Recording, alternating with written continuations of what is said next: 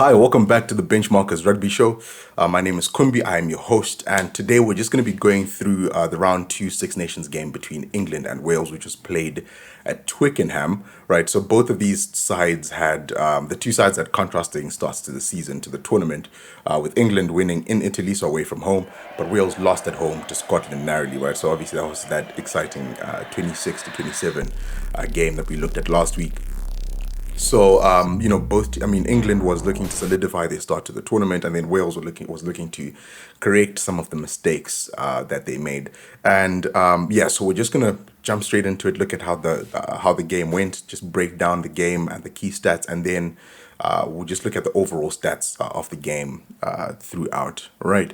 So just to look at how the points were scored in this game, right? So obviously England won 16 points to 14, which means they stay two games undefeated, so they're two and zero.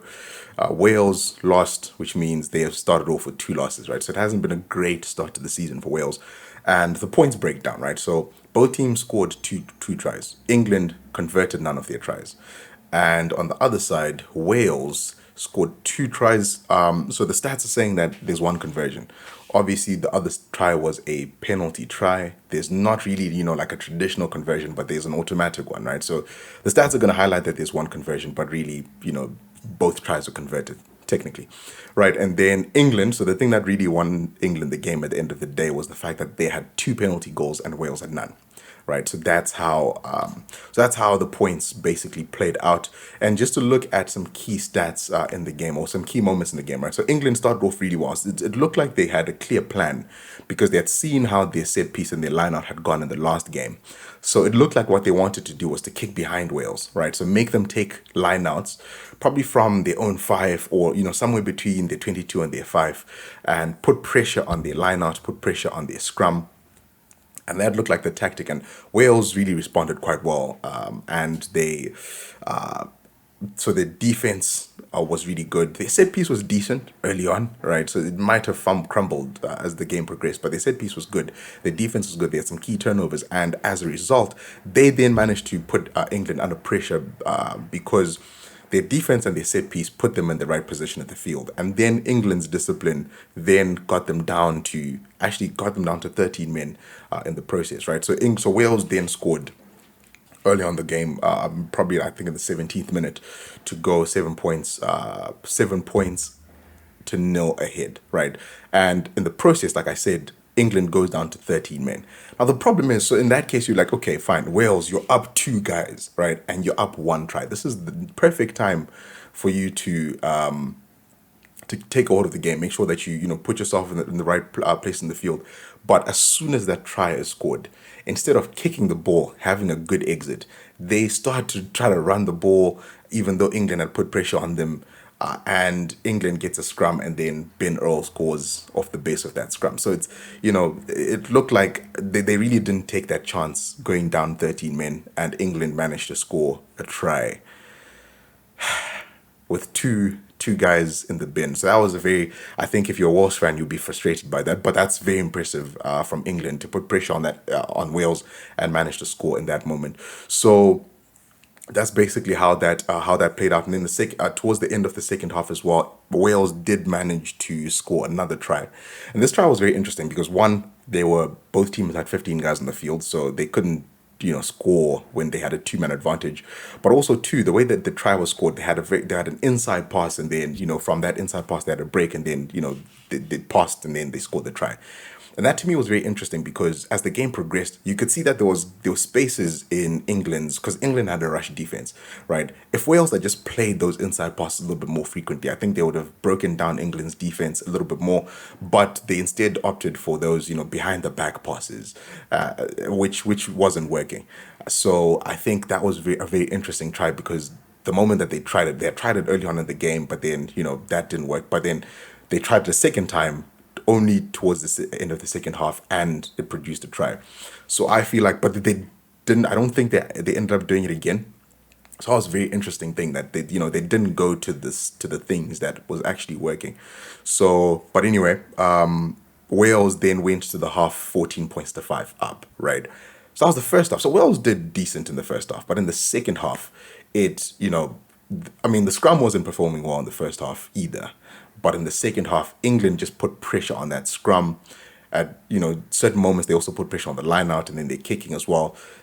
England managed to put themselves in the right parts of the field, and that put pressure on the Welsh defense, right? And as a result, England managed to get a try for their number 12. I'm forgetting what his name is, but they managed to get that one try off a couple of scrum penalties. I think one of the penalties was actually a silly one because it was Wales had a scrum on their own five. They get the ball to Rio Dyer, he kicks it, but then he kicks it from inside his try line, right? But then the chasers were a little bit more, they weren't as deep as him. They weren't even in the try line, right? So that was yeah, so I think Wales is going to be very frustrated by their performance because their scrum, their line out, and their discipline put them in the wrong areas of the field. And as a result, England managed to score a try, unconverted, but that was a try. And then they managed to score two more penalties. And, we'll look at the line out stats, but the line out was really good. It's just that they lost two lineouts, and both of those lineouts were just after England scored, right? So in moments where Wales can get back in the game, just like England got back in the game after Wales scored their first try, they put pressure on the Welsh attack, put themselves in the right areas of the field, and then they managed to score. Wales could have done the exact same thing, right? So in England's half, they lost two lineouts just after England scored either a try or a penalty, and they couldn't get back in the game, and as a result, they did not manage to score a try or score a single point in the second half. Actually, they put their defense under pressure, got a yellow card in the process. It was a knockdown, and yeah, that's basically how the game played out. Right. So that is, those are the key moments, and we're just going to go through briefly, just go through the stats as well, and to look at the game control stats. Right. So as you can see, England had terrible position in the first half. And just like we said, Wales managed to play a good game, good set piece. The scrum wasn't good, but that their defense and their lineout was good enough to give themselves the ball and to also put themselves in the right areas of the field, right? So England had 32% possession in the first half, but in the second half, England managed to recover, right? Because they managed to put pressure on the Welsh set piece, and they managed to get 56% possession and 66% territory, right? Which was a very impressive turnaround. And then in the set piece, we talked about the scrum. So both scrums weren't actually good, right? So England had 7 out of 11 scrums, 63% success rate. Wales had 4 out of 7, right? But it's just that the ones that Wales, actually the whole scrum performance in this game was terrible. But, Wales, it's, sometimes your stats might look good. They might not look as bad, right? Because England technically lost more scrums than Wales, but it's just that you're doing it at the wrong time. You're putting, pressure. You're putting the other team in, a certain part of your field. Yeah, and that's how they lost the game ultimately. And then looking at the lineout, so England lineout was really good. 11, I think that's 11 out of 12 lineouts won. Very good lineout performance.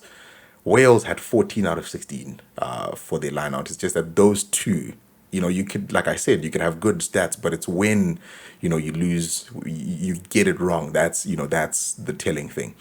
And then just looking at the attacking stats as well, just if you look at these stats, Wales did really well, right? More defenders beaten, 22 out of versus 24. England had more handling errors, 15 handling errors. Wales had 11. Wales had more rucks. That doesn't really tell much except who had the ball, who had more of the ball attacking.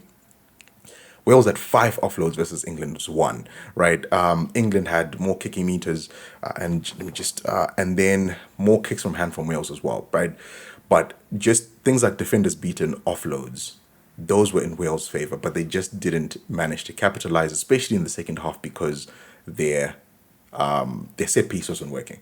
So that is the thing that they'll probably want to fix. We could have said the same thing after the first fixture, but clearly they didn't do that. So hopefully they manage to fix it in the next because there's a bye weekend this time around. So we'll see what happens in the second half. In the third round. And then just looking at the tackling stats, at the defensive stats as well. Tackle success, both teams were decent. Wales had 82%, England had 86%. You probably want to be in the high 80s, right? So Wales didn't do too well there. Penalties conceded. England's discipline wasn't too good in this game. 7 versus 5. But because England had the upper hand at the end of the day, especially in the right moments in the set piece, that managed to negate all these things. And also Wales, they did manage to get some turnovers, 14 turnovers versus 13. But again, if your set piece is not working, you're not going to win the game. So that is how the game played out. And then you've got the 2 yellow cards early for England, and then Wales had that last yellow card, which actually gave England the winning 3 points of the game. So again, you've got fewer yellow cards, fewer penalties, but it's when you get you get them in the wrong moment. So Wales have a lot of things to address. England, I think they'll be happy with their start so far. However, I think England started off with what I'll say is the two teams, the lowest 2 ranked teams in the tournament this year. So we'll see how they then perform because now they're going to have the final 3 rounds are going to be a little bit tougher for England. So we'll see how they perform. But Wales have a lot of things to fix. So yeah, so basically that's how the game played out. And so that's that. So hopefully you guys enjoyed this review. Would love your comments in the comment section. Please don't forget to subscribe to the channel if you haven't done so already. And we will see you in the next video where we're going to be reviewing the games that we played on the weekend of the 24th of February. All right, perfect. So hopefully you enjoyed this, and we'll see you in the next video. At Start Experience.